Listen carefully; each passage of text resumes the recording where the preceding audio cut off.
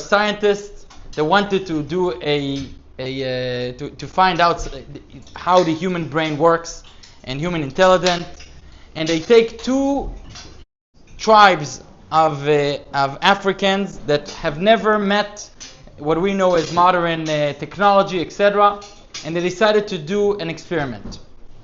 They walked in the middle of the night to each of those two tribes, and they put cameras to see how people are going to react, and they left in the middle of the tribe a big, huge refrigerator and freezer in the middle of the village, and they walked away. The first tribe, let's call them Masai Mara for the fact of the matter. Masai Mara walk in the morning, they wake up and they see a huge brown box. No one has any idea what it is, and they're starting to check and they're inspecting it from all directions. And as they're looking, they can't really figure out what it is. So they go and they call the chief. The chief walks up with a big beard and some big earrings and whatever on his nose. And he walks out and he looks, and he himself does a couple of circles around the box. He can't figure out what it is. And eventually he tells one of the guys to go and bring the big knife that they cut the trees with, and they cut open the box. And they look inside the box, and they see a huge stainless steel, beautiful something. They don't know what it is. They open it up, they look, they're trying to figure out. And the chief says, guys, I know what I'm going to do with this. Bring it to my cabinet. This has beautiful shelves in it. Instead of putting my clothes all over the place on the rocks and everything, I'm going to set up my clothes and my personal stuff really nice in this beautiful stainless steel closet. And that's what he does. The second tribe, who knows another name of a tribe somewhere in Africa? Zulu tribe.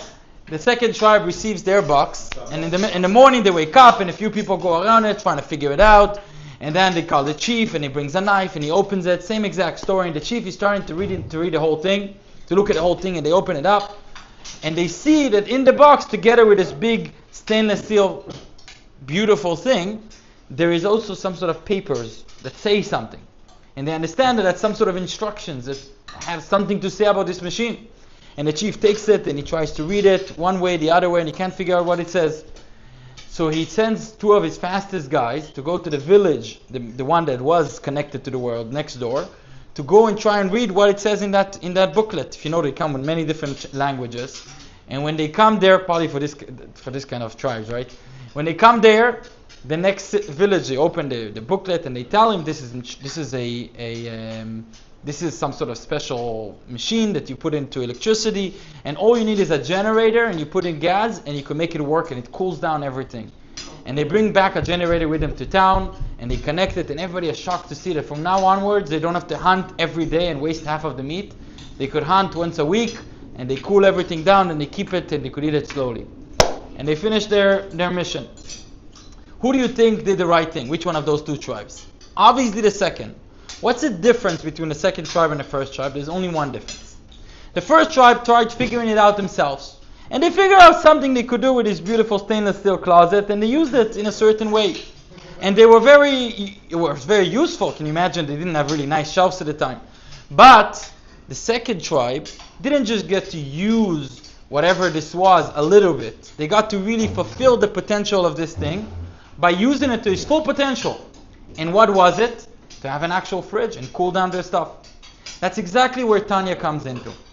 Tanya doesn't just give us an opportunity to use our life and have some sort of not be useless, but it really gives us the opportunity to understand who we are to the best potential of understanding as a human being.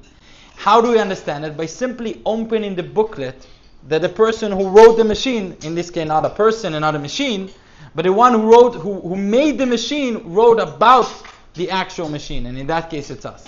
So the booklet is simply the instructions of how this machine is supposed to be used, and in our case is the Torah. And the Torah teaches us so much about how we should be, who we are, and how do we use the person we are to the best, and what's our meaning and what's the reason, and that's kind of everything what Tanya is. This whole book is based on one verse coming from the Torah. Literally one little verse. The verse is Ki karov elecha adavar meod beficha ubelvavcha la'asoto. To explain That verse. The verse says that it's very close to you to fulfill the Torah in your mouth and in action and in your heart to fulfill it in action. Which means that the verse says that being Jewish and fulfilling the Torah is relevant in 2025 as much as it was always relevant, and it's very close to each and every one of us. Not just to do what we need to do, not just to talk the Torah, which includes also praying and also learning the Torah, but also in our heart. It's close to each and every one of us to feel God and to feel the Torah in our heart. And he's coming to answer, how is it possible to say that it's close to us? That it's close, that it's almost to say, saying close doesn't mean it's easy, right?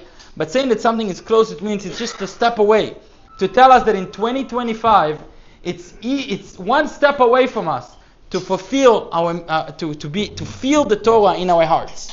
So this whole book comes really to explain to us that powerful, simple idea. How is it possible for each and every one of us to feel God and to feel the Torah in our heart? And it's just one step away from us. That's all it is. Okay. So there's a story about a falafel guy in Israel that was selling falafel, and he had behind him, he didn't have a kosher certificate. And a religious guy walks in and he asks him, is the place kosher? So he turns around and he shows him on the wall, you see this big rabbi? And he shows him a big rabbi with a big white beard. That's my grandfather. And he showed him another one with a gray beard. That's my father. He's the rabbi of Eilat. And he shows him another rabbi and he says, this is my wife's father. And he shows him another rabbi with a brown beard. That's my brother. And he shows him a whole pictures of rabbis behind him on the wall. So the guy buying the falafel tells him, if they would have been standing here selling me the falafel and you would have been on the pictures, I would have bought it, no problem. But since you're the one selling it and they're in the pictures, I want to see a certificate. Sometimes it's very easy to talk about ourselves as talking about people that we admire. This is my grandfather, this is my father, look at my children.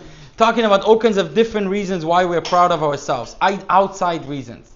But the question really is, are we able to look at the mirror and be proud about who we are and the way we are? But before being able to be proud about who we are, we first need to understand who we are. So this is what we're going to start digging into today, to try and understand who we are. Last class, we mentioned that before a soul comes down to the world, it's promising to God that he's going to do everything in his ability to be righteous, to be tzaddik, ve'al tihi rasha, and to not be wicked.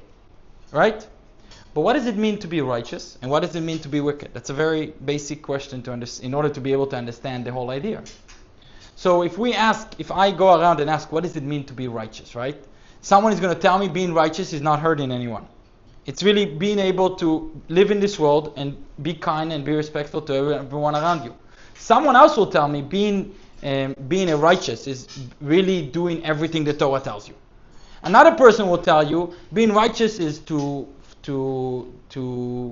do everything you can to make everyone around you happy. What's the definition of being righteous according to Torah? What is the definition? And what is the definition of being wicked? And another definition we need to understand that the Torah does bring, beinoni. Beinoni means middle. The Torah has a definition called beinoni. There is a definition like that. So what does it mean to be a middle guy? Not tzaddik, not rasha, somewhere in the middle. What's the definition of being a middle Jew? So we open the books, and the first thing we're going to see is that there's five kinds of levels that you could be. One it says, tzaddik vetovlo, righteous person that has all good. It sounds like he has a great life, right? So he's a righteous person that lives a good life. And then there's tzaddik veralo, a righteous man that has a little bit of not good in his life. And then there's a third level, which is beinoni, the middle guy, which is middle. He's a middle kind of person. He has a middle kind of life.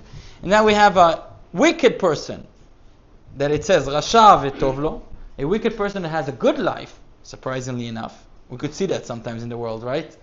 And we see a wicked person, rasha veralo, and a wicked person that has a horrible life. So if we read the verse just the way it is, it sounds like he talks about where the person is standing, is he righteous or not, and how his life is. But really, this verse is deeper than that. If we want to understand this verse, we need to go into the soul of that person. There is a righteous person veralo, that he's not fully righteous. He has a little bit of evil inside of him still. He has a little bit of badness inside of him still. So tzaddik, there is a righteous man, vetovlo, that is all good. And there is a righteous man that's veralo, and he has a little bit of evil inside of him still.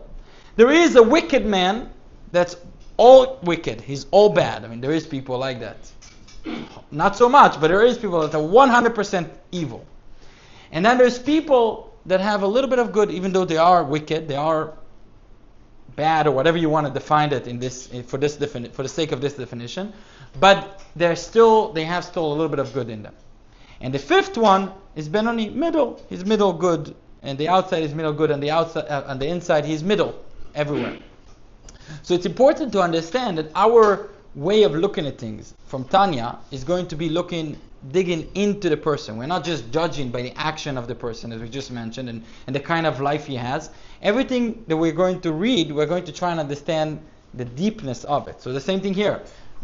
When we say tzaddik vetov veralo, a righteous man that has bad in his life, we're not talking just about the way his life looks.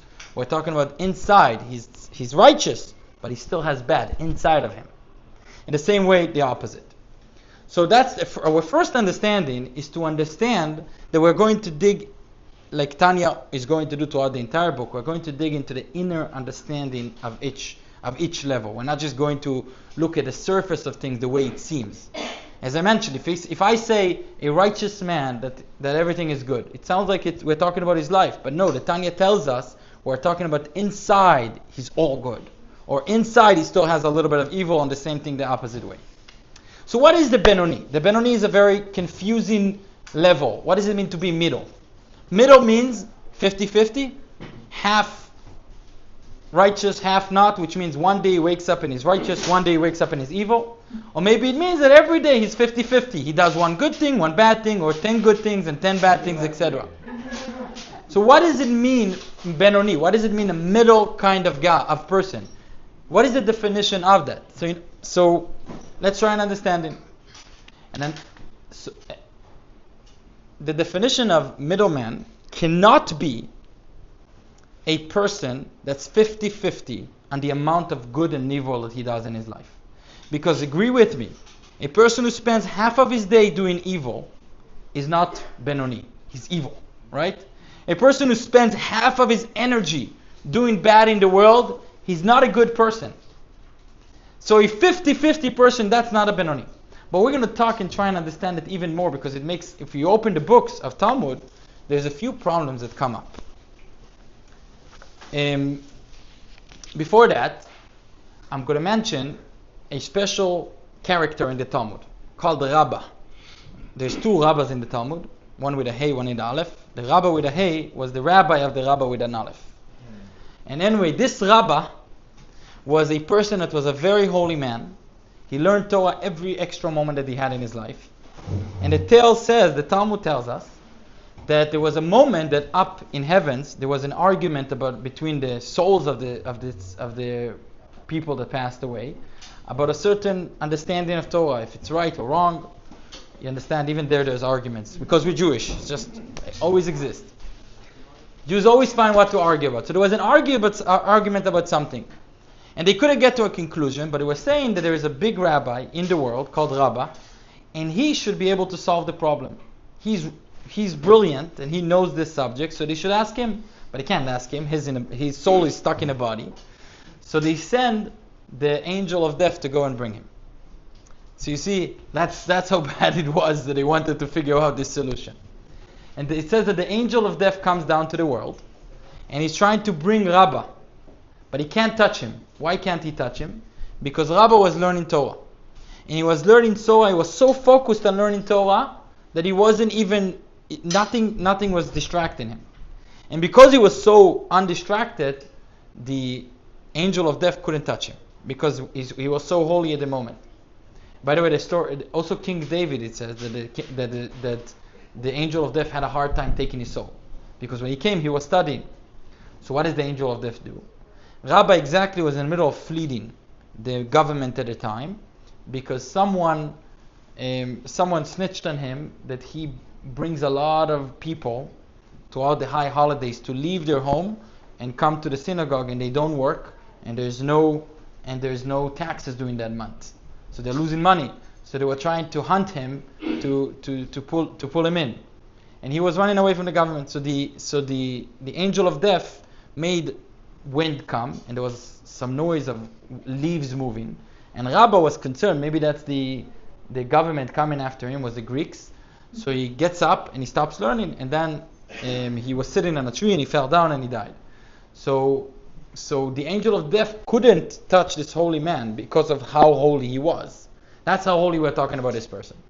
And Rabba, interestingly enough, in the Talmud, tells about himself. He says the words, I am a beinoni and I'm not a tzaddik. He says, I am a middle guy. Now, that means he was very humble, right? He says, I'm not the maximum, I'm not a tzaddik, I'm a beinoni. But remember, if beinoni means 50-50, 50% of your life going to evil and 50% going to good, that's not being humble saying that you're like that.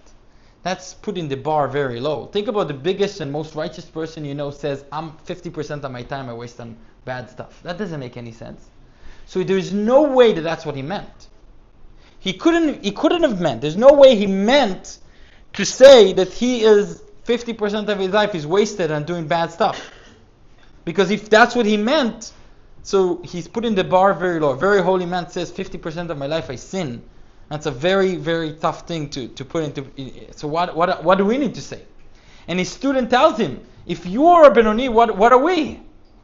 So the question is, how could he even say that about himself? Being humble means saying that whatever you got is coming from God. Not saying that you are wicked when you are not wicked.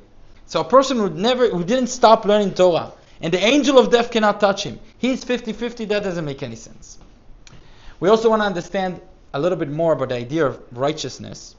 There's a person called Eov. Anyone heard about him? Yes. Eov was not Jewish. He was not Jewish, but he was a very righteous man. And the Torah tells us the evil spirits were claiming that he's not fully pure, and if he was rich and he had a good life in the beginning, so the evil spirits were telling God, let's see what happens if he has a bad life. And all of his good things were taken away from him, one after the other, to see how is he going to handle it. And he was still a very righteous person, and there's a whole book in the Bible, in the Torah, that's on his name. So Eov one time complains, and he says, Barata reshaim, barata tzadikim chulu. He complains to God and he says, you created also evil man, and you created us evil, either righteous. So why are you coming to us and complaining if we did right or wrong? But the question is, we all know that according to Torah, each and every one of us has free choice. We have the free choice to decide if we're going to be evil, if we're going to be wicked, or we're going to be good. So how could it be that Eov claims to say that we are created already either good, either bad? Isn't it our choice? Isn't it something we're able to decide throughout our life if we're going to be evil or good? So this all needs to be, so we need to understand, so why are we bringing all of these questions? Because we are trying to understand what does it mean in order to understand what's our life mission according to Judaism. We mentioned that every soul is being told that it has to be righteous. What does it mean to be righteous? That was my question. I'm sorry to interrupt. Yeah. Can somebody that commits all the Taryag mitzvot and still not be So tzaddik? you're asking a great question, and that's exactly what we're trying to understand. So Amos is asking, if someone fulfills all of the mitzvahs that the Torah says, could be he's still not a tzaddik? So let's try and understand. So if a beinoni, what's a tzaddik? What's a beinoni? And what's a wicked man? Because the Torah is expecting you definitely to not be wicked, probably to be a tzaddik, and definitely to be a beinoni. So what is exactly the definition? In order to solve something, you first need to understand what we're talking about. So you come to the doctor. If you go to, I mentioned this before. I mentioned this a lot. If you go to the doctor and you have a stomachache or a headache or something, the biggest issue you could have is that the doctor doesn't know what it is. And you come back and you check and you try to figure it out. That's the most confusing and scary time, because it could be the worst and it could be just something that's going to go away in 3 days. So it's the most important thing is to be able to determine what is what. So before we start talking about who we are, whatever, what is the Torah expecting? What's the definition of being a tzaddik, a righteous man? What is the definition of being a middleman? So let's keep going into the middleman. We asked the question. It can't be that he's 50% evil, because Rabbah, this huge man, can't be lying and saying that I'm 50% wicked. And it also cannot be that he's 50% wicked, such a holy person. So what does it mean so what does it mean to be beinoni? So you'll say maybe it's someone that has very little evil in his life. But he has also evil and also good. He's also doing evil stuff sometimes. But as you know, if someone murders one person in his life, only one. Yeah, only one day, right? He's all good. One day he decided to murder one person. Is he evil or good? Evil, done. There's no question. If someone is choosing to do evil, he has evil inside of him. And the same way in the Torah perspective, if someone is doing a sin, he's a sinner, period. The definition of rasha is someone that's a sinner. So if someone made a sin, he's a sinner. That's what it is. So there's no such thing as a middle person. If you're doing everything right, you should be a tzaddik, right? If you're doing one sin, right? We just mentioned someone murdering or someone stealing or whatever. It doesn't matter. You broke the law, and you might find yourself facing justice in some sort of way. So the definition of someone who's a little bit wicked, there's no such thing as a little bit wicked. If you're a little bit wicked, you have wickedness inside of you. That's what it is. So when the Torah tells us beinoni, we're more confused. What's a beinoni? So maybe a beinoni is someone that didn't. Let's find an interesting definition. Someone that did not do any evil, but he did not do good when he had an opportunity to. So he was neutral. He didn't do any evil to anyone, but he also didn't do good when he could. I mean, he had opportunities to help or do something good, and he chose to not help and not do something good. He had an opportunity to, according to the Torah, one of the examples that Tanya brings, he had an opportunity to study Torah, and instead he wasted his time. He was watching TikTok, right? How many of us are good in that part? So he didn't do anything evil, he didn't do any sin, he just wasn't doing what he could be doing, he wasn't fulfilling his potential. Interestingly enough, the Talmud brings even a person like that is in the definition, he falls in the definition of wicked, of rasha. Again, we're not talking about a bad person, we're talking about a person that according to the Torah is not doing what he's supposed to do. So even a person, not just that he didn't do something that he could have done, he didn't fulfill his potential with his time, he's still considered to be wicked in the definition of the Torah. So what's a middleman? We're more confused. Even more than that, it says that if someone has an influence on someone else, and he decides to not stop him from doing something bad. Let's say there's another person and you see him about to do something really bad. And you have the influence on changing the course of things. Not in a case that you're out of control. Not always it's in our control to change the other person. So not always we even need to try, because if us trying to change the other person will create negativity, it's better for us to just zip, right? If we are able to change the course of the other person, and we are expected to. So someone who sees something happen, he has the ability to do it, to change it, and he chooses to not do anything. He didn't do anything evil. He did not do something good. He just didn't stop someone from doing something evil when he could. So even that, the Torah uses the word wicked on him. So we're stuck. What's a beinoni? Therefore, says the Tanya, and that's the point where we are trying to get to. This is not talking about the action of a person.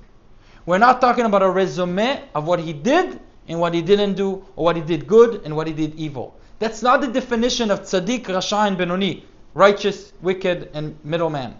It doesn't make sense to define it by that, because as we mentioned, it just doesn't add up. Every way we're going to look at it can't add up. So the only definition that we are left to it is looking into him, into his soul, and talking about who he is inside. And there, you could find very easily differences. Forget about what he does. Look at inside of his soul. Is he righteous? Is he wicked? Or is he a middle person? There's people who are righteous. They are so good. They worked on themselves so much that they want only good stuff. And all they're looking for in their life is to do good. That's what they like and enjoy doing. That's everything that's all of their passion, all they care about. They see something bad, not just that they don't do it, they don't even want to do it. That's a definition of a righteous person to what we're talking over here. And the definition of an evil person, or a wicked person, would be someone the definition of wicked we already found in the Torah, right? So that's going to be someone who does action that is bad action. And what's going to be the middleman? It's someone who action-wise, talking about his actions, he's only good. Every day he does everything he's supposed to do, fulfilling every moment of his with good, but deep inside, he's wicked. Deep inside, he wants things that he shouldn't be wanting. And he's thinking things that he's not thinking even.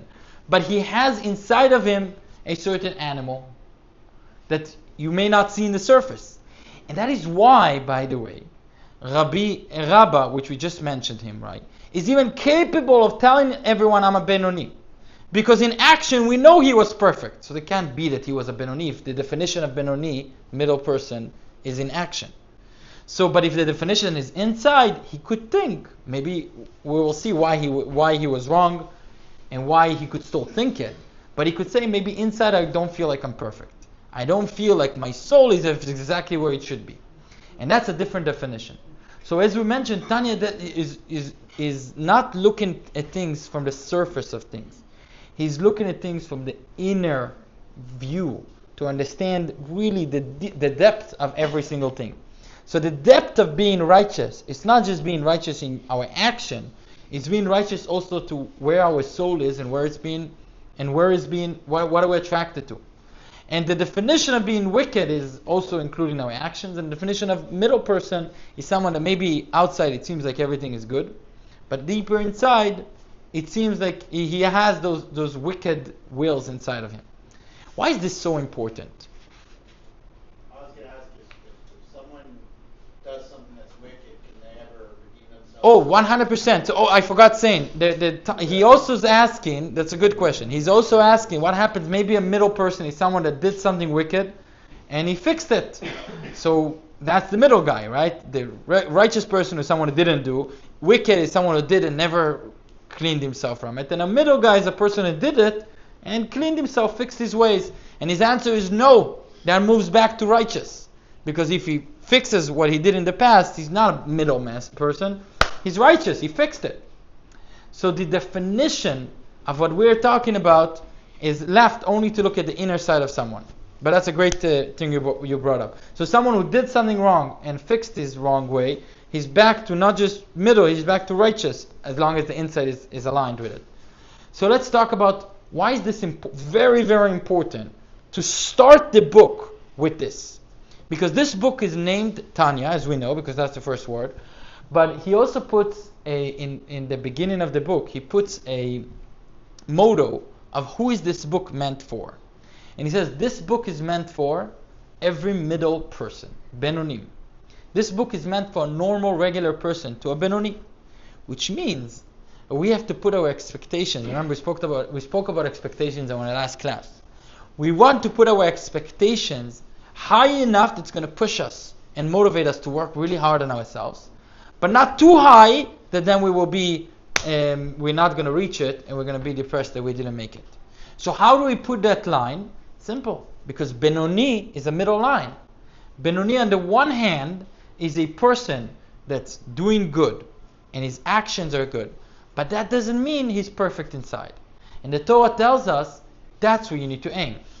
The Tanya starts by explaining to us that specific definition because that is where we're supposed to aim. We need to remember we don't need to aim too high because we might not reach it. And we shouldn't be aiming too low to be wicked, of course, but we need to aim to be a beinoni. We need to aim to be a person that in our action, day to day, we're doing good, we're fulfilling our purpose. You could find only good in our resume. However, deep inside we have ups and we have downs. Some days we don't feel like putting on tefillin. Some days we don't feel like doing a mitzvah. But that doesn't mean we don't do the mitzvah. That's how we feel. So how you feel, you're a beinoni, you're a middle person. But your actions, our aim, and where we're supposed to aim ourselves towards, is to really fulfill it to as high and 100% as possible. But we need to remember that we might not still feel every single day that level. Okay, so that's the three definitions of tzaddik, rasha, and beinoni. And by understanding that, we could also understand the question that Eov was asking. Eov was asking, you created wicked people and you created righteous people. Remember, if we are not commanded to necessarily even aim to be righteous in our inners, inside of us, which means we're not commanded, we're not supposed to even aim to being righteous in a level that we don't feel evil and we're not attracted to evil.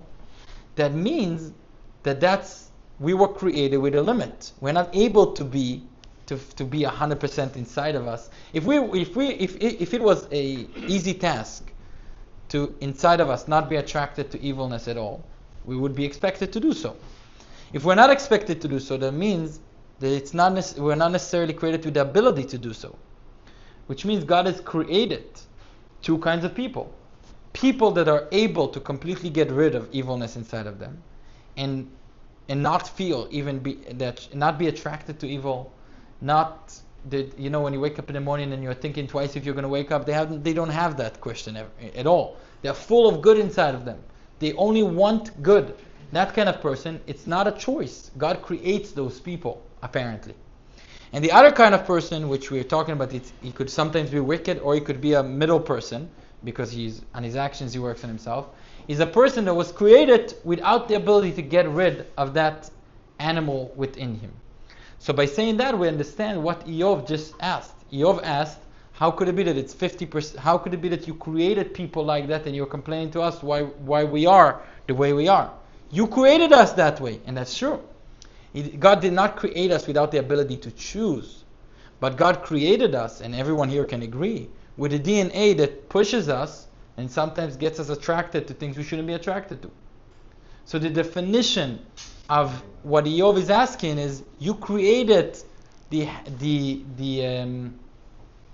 evilness within us. So how could you complain to us? That's his question to God. And he's right. You created evil and you created good. You created within us those things. So you created righteous people that don't have that problem. You created people who are rashaim, which means inside of us we always have that feeling. Sometimes we talk about action. When it comes to the court of law, of halakha, we talk only about actions. A court is not supposed to determine any decision based on feelings. It goes only by action. So tzaddik, rasha in a court would be someone who's considered to have good actions or bad actions, and that's the only definition that he could say. And if it's 50-50, it's a beinoni. But that's the definitions to a court of law. But those are not the definitions of the inner soul inside of us, which many times are also the definitions of tzaddik, rasha, and beinoni are talking about that. And for the sake of our conversation, we are going to try and understand. We try to understand. We understand now what's tzaddik, rasha, and beinoni, not in the level of how to treat someone in court, which is a bit different, but in the level of how we should look at ourselves, into our inner part, and understand ourselves. That there's three places which we are able to be. Either righteous, that we are also doing good actions, and also we are fully attracted to good only, or we're evil, which means we have moments that we fall, and we do wrong things, or we're in the middle, we're a middle person, which means that's where we need to be, which means we are fully doing what we're supposed to do, but sometimes inside we really don't feel like doing so. But again, that's inside. So there's two definitions of tzaddik, rasha, and beinoni. One is the definition for court. One is the definition when we're talking towards ourselves to try and understand where we're supposed to stand. So there was a big chassid, that used to say about himself. His name was Rabbi Hillel Miparich. He said that before he learned Tanya, he thought he was righteous. He got to the top of everywhere he could get to. But once he learned Tanya, he asked himself, I hope one day I'll be a beinoni, a middle person. Because understanding the definition of a middle person and inside, it's not an easy place to stand in. It's not an easy place to reach and get to. When the previous Chabad Rebbe, the father-in-law of Rabbi Menachem Mendel Schneerson, the Rebbe, and his name was Rabbi Yosef Yitzchak Schneerson, he had a yeshiva, and in the yeshiva, once he saw kids sitting inside of the yeshiva, learning the Talmud, and they were looking at the window at the goats and at the horses. It was a small village. They were looking at the window at all of the animals. And as they were looking, the Rebbe looks at them and he screams at them, it's better to stand outside and look inside than to sit inside and look outside. Sometimes we first need to focus on where our heart is attracted to and what's going on deeper inside of us, which means it's not enough to look at things at the surface of things, of how they look on the outside. We need to work and understand the inner parts inside of us, the soul which is within us. I think that just the understanding of this class, of understanding what does it mean to be beinoni, and what does it mean to be a tzaddik, and to understand that we can't just look at things on the outside. Did we do good? Did you do okay? It's really to understand how deep we need to work on ourselves. It's our first step towards becoming better people, not just in the actions that we choose to do, but really in the way we view and see things around us in the world. Thank you very much. Very well, thank you.